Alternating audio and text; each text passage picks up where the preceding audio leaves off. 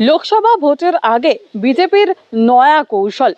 যে সমস্ত আপামর বাঙালি রয়েছে, যারা সাধারণ মানুষ রয়েছে, কেন্দ্রীয় সরকারের সমস্ত প্রকল্পগুলির আওতায় যারা আওতভুক্ত হয়নি এবং অনেক সুবিধা রয়েছে, প্রকল্প রয়েছে যেগুলি কিন্তু তারা জানেন না, সেই প্রকল্পগুলি সাধারণ মানুষের দরজায় পৌঁছে দিতে, তাদের কাছে পৌঁছে দিতে বিজেপির নয়া উদ্যোগ। লোকসভা ভোটের আগে বিজেপির উদ্যোগে ভারত বিকাশ প্রকল্প যাত্রা শুরু করলো বিজেপি।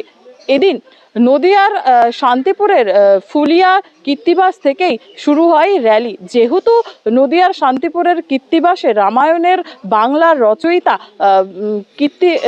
কবি কীর্তিবাসের সেটি জন্মভিটে, তাই সেখান থেকেই রানাঘাট লোকসভা কেন্দ্রের বিভিন্ন গ্রামাঞ্চলে এই বাইক র্যালি এবং সংকীর্তন ট্যাবলোর মাধ্যমে এই প্রকল্পের যাত্রা শুরু হয়। এই প্রকল্প যাত্রায়